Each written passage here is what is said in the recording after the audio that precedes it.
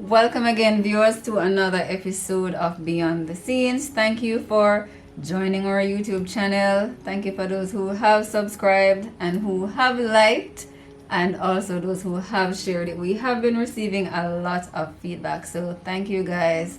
But today we have in studio with us Miss Christina Lawrence, and we would have interviewed Christina before on our audio podcast. So here she is live and in person. Welcome, Christina. Thank you for joining us and for coming. Thank you for having me today. It's a pleasure. All right. So I think we would have done the audio interview several months ago. Right. For those of us who are just joining us on YouTube, we just want to have some update from Christina regarding what has been going on. But before that, she's also going to tell us, about who she is, and she's going to talk about something special, her foundation, and she's going to tell her the name of that. And, just to tell us how she has overcome some struggles to get where she is now and what word of wisdom that she could impart to you guys. So, Christina, take it away. Tell us about yourself. All right. I am Christina, as she said. I'm the mother to a daughter. I had her at the age of 16. That was many years ago. Well, not many years, but a number of years ago. Was a challenging period, but by the grace of God, I was able to overcome that. Now pursuing a Master of Science degree in Counseling and Consultation Psychology. You go, girl. And I pursued that degree because I thought it would help me on my journey to helping women who may have fallen into similar circumstances as myself. I know the struggle that it that journey entails. I know not only from the external persons but from internally as well. And I do know also that the greatest and the hardest challenge for each person is to overcome the battle of the mind. The mind, yes. And so I really want to help persons to be able to overcome that battle so that they can become the best version of themselves.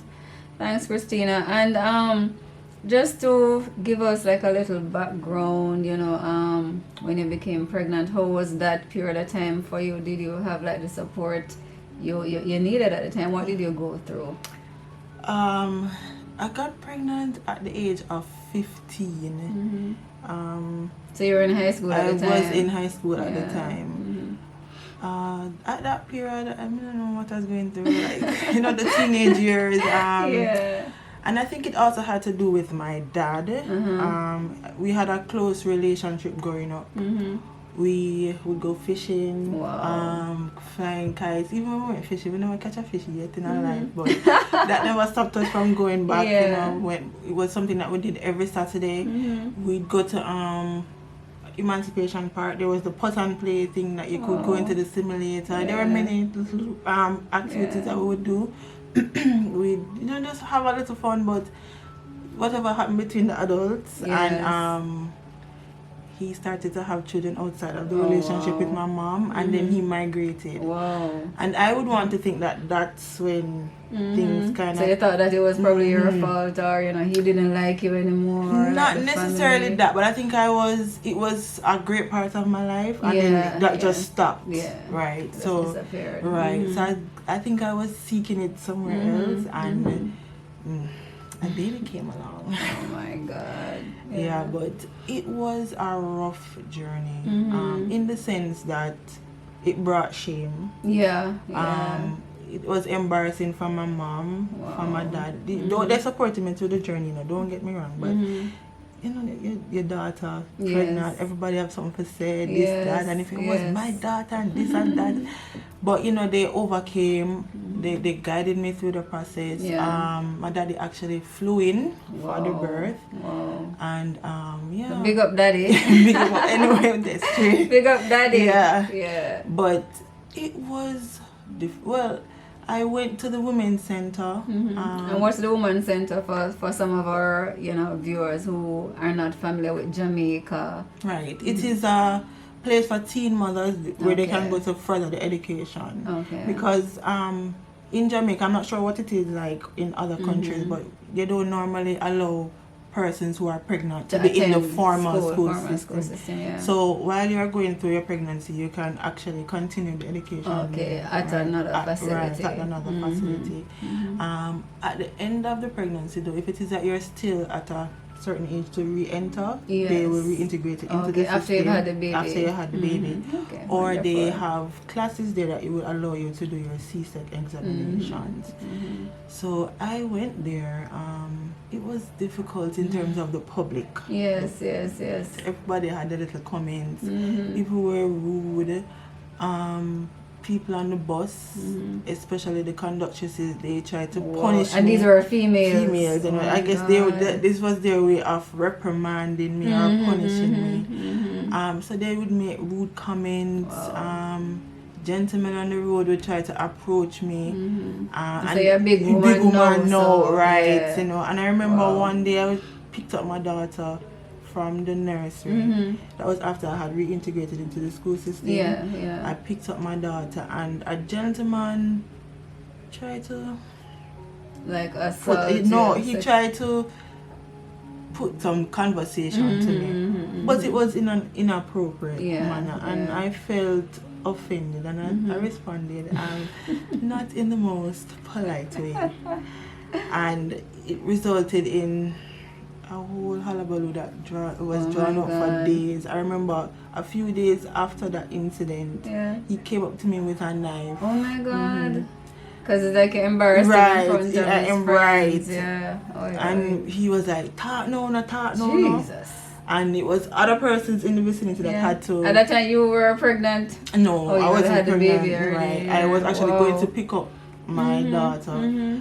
And he was like, talk no, I have nothing for say again. And it was other persons in the vicinity that would just ask him for easy. Because at the end of the day, I never said anything to him. It was he who approached me. So, it was rough. But I had a great support system, especially from my little sister. And my mom. My mom would keep the baby at night and feed her and allow me to sleep so that I could get the rest to go to school in the morning. Yeah, that's nice. She would take her to the nursery for me and then walk to work. My little sister, I would meet her at school and she would come with me to the nursery to pick up my daughter and she would carry the baby because I was new to the school that I was going to. Persons wanted to know why I started the school. So they didn't know that you had a child. And what was the thing? What was it that the nursery was en route to halfway through, which is where the majority of the students would pass. So I didn't want anybody to know my business. So she pretended that she was the teen mom. So she would meet me, would take the bus, she'd carry the baby, and I'd carry the baby back. So it was a rough journey, but it was a rewarding journey. So how about what would you tell parents of teen moms and even teen moms themselves in terms of like getting support, or how would you tell a mom that, boy, it's not the end of the road for your daughter. Just support her by doing these things because it helped me too. Right. It can be difficult, especially when it is that as parents you have dreams and goals for your children. Yes. And then this comes up, you might see it as a full stop. But it's really not. And there are many times when these things that we are so afraid of or so ashamed of, these are the things that God brings into our lives to help us to recognize our purpose. Yes. So don't turn your back on them. I mean, if my mother did turn her back on them, maybe mother had 3-4 of them to know, and not knowing where I would be. But I can definitely say that her support is what elevated my even my self-confidence, and it gave me the little motivation to just keep pushing. I know there are times when she just gets a little frustrated and she will tell me, but she never stopped. She never stopped supporting me. And as I said, the journey was rough because even when I went back to school, I didn't have the financial support of the father Yes. And so I'd have to save my lunch money. I remember getting $450 a day for lunch money, and I would have to pay bus fare out of it. But how much would bus fare be at the time? What are the $450? Probably like depending on the transportation, because on the JOTC I think it was like $15 or $20. Okay. But if I took the coastals, it would be like $30 or $50, depending. So I'd have to save my lunch money, and at the end of the week I'd give the money to my mom. Wow. And then whatever I gave her, she'd make it up to buy the stuff for my daughter. The baby. Wow. So there were days when I just sit there, and I don't know if you know the little sandwich biscuits, butter kiss. I used to pay $20 for that, and that's what I would have.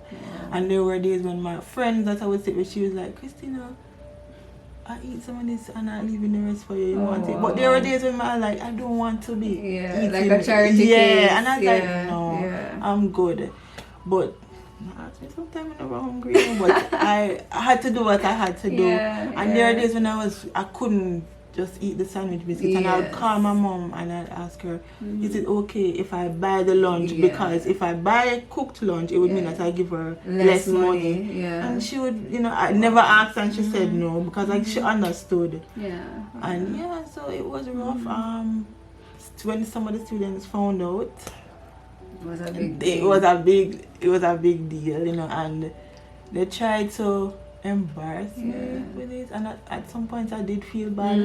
At the end of the day, I love my daughter, and I wouldn't change the journey. I mean, there are things I probably did differently, but I wouldn't change the journey, because I have learned so much, I've grown so much, and I don't think that, I think that if I didn't go through some of the experiences that I went through, I would not have matured enough. I wouldn't have certain experiences, wouldn't have been exposed to certain things. And even my pregnancy, in my community, 2 other girls got pregnant, and it was they came to my gate to ask my mom how she dealt with it, and for us to guide her into how she could go into the women's center. So I am not necessarily ashamed anymore. Not at all. And it is, I think I wear it as a badge of honor now, because I think that God has caused me to go through a lot of these experiences, not just for me, but to help those around me that would definitely need a little guidance, and they probably don't have the support at home, or if it is that they do have the support, they're probably not open to talking to their parents, out of fear and stuff like that. So I'm good. And how old is your daughter now? I think it was a few weeks ago. I was like, in the next 3.5 years, I have an 18-year-old. Oh my God! Oh my God! Old. But she's 40, she's almost 50. And so she's a high school student now. High school student.